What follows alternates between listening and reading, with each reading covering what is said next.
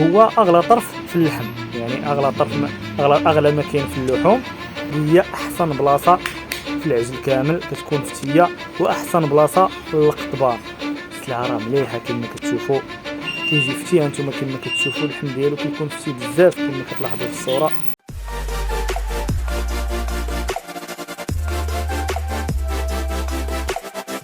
هذه الحلقه ديال العجله الاخوان كما كتشوفوا. الرجله هانتوما السلعه تبارك الله راه مليحه، هانتوما كما كتشوفوا. هذه رجله كامله يعني فيها الرومستيك وفيها القطنه كما كتشوفوا. هذه الشحمه ديال الكلوه كما غادي تلاحظوا معنا. اول عمليه غادي نحيدوا هذه القطنه هذه كما غادي تشوفوا، كما لاحظتوا. هذه هي القطنه من بعد ما كتفصل على الرجله، هي هذه الاخوان. وهذا هو الفيل، هانتوما كيكون مغطي بالشحمه ديال الكلوه كما كتشوفوا. السلعه تبارك الله راه بدون نقاش. العمليه الاولى في التحيات ديال الفيلي كنعريو عليه بهذا الشكل هذا. ديجا وريتكم كيفاش، غنخلي لكم الفيديو في الوصف، يعني وريتكم الشرح بالتفصيل. من بعد ما كنعريو عليه من الفوق بحال هكا، كنجيو لهاد البلاصه هذه كما كتلاحظوا كما تشوفوا الساعه مليحه. كنجيو لهاد البلاصه هذه وكنبقاو غاديين معاه كما غادي تشوفوا، كما بحال هذا الشكل هذا. هانتوما هي الطلعه ديال يعني ديال القاطنه.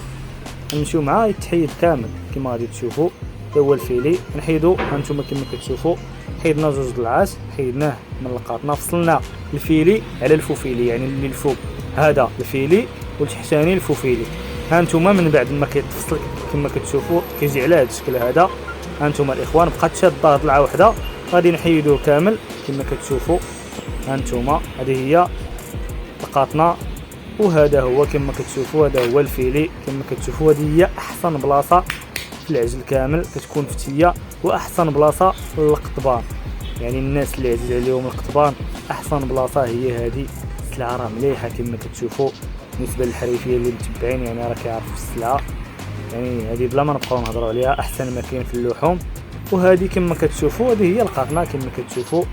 هانتوما عجيل تبارك الله السلعه هذه الاخوان. ممكن دوز طاجين يعني بالعظم ديالها، كاين بعض الاخوان كيحيدوا ليها العظم وكيدوزوها على شكل فوفيلي، يعني حتى هو ديجا درت لكم فيديو، حتى هو نخليه لكم في الوصف كما كتشوفوا. وبالنسبه كما قلت لكم احسن بلاصه في القطبان هي هذه الفيلي. كيتنقى كنقيوه بالجنوي، كنحيدوا ليه كاع الشحيمه اللي كتكون في الجنب، هذه كامله كتحيد وكيتقطع يا شرائح يا قطبان. ولكن احسن حاجه انك تدوزو قطبان، كيجي واعر بزاف، كيجي فتي. هانتوما كما كتشوفوا اللحم ديالو كيكون فتي بزاف كما كتلاحظوا في الصوره، يعني على غليه يطيب. وهو اغلى طرف في اللحم، يعني اغلى طرف اغلى ما كاين في اللحوم، والد وارطب ما كاين. هانتوما هو هذا الفيلي. هكا غادي نكونوا وصلنا للنهايه ديال الفيديو كما كتشوفوا.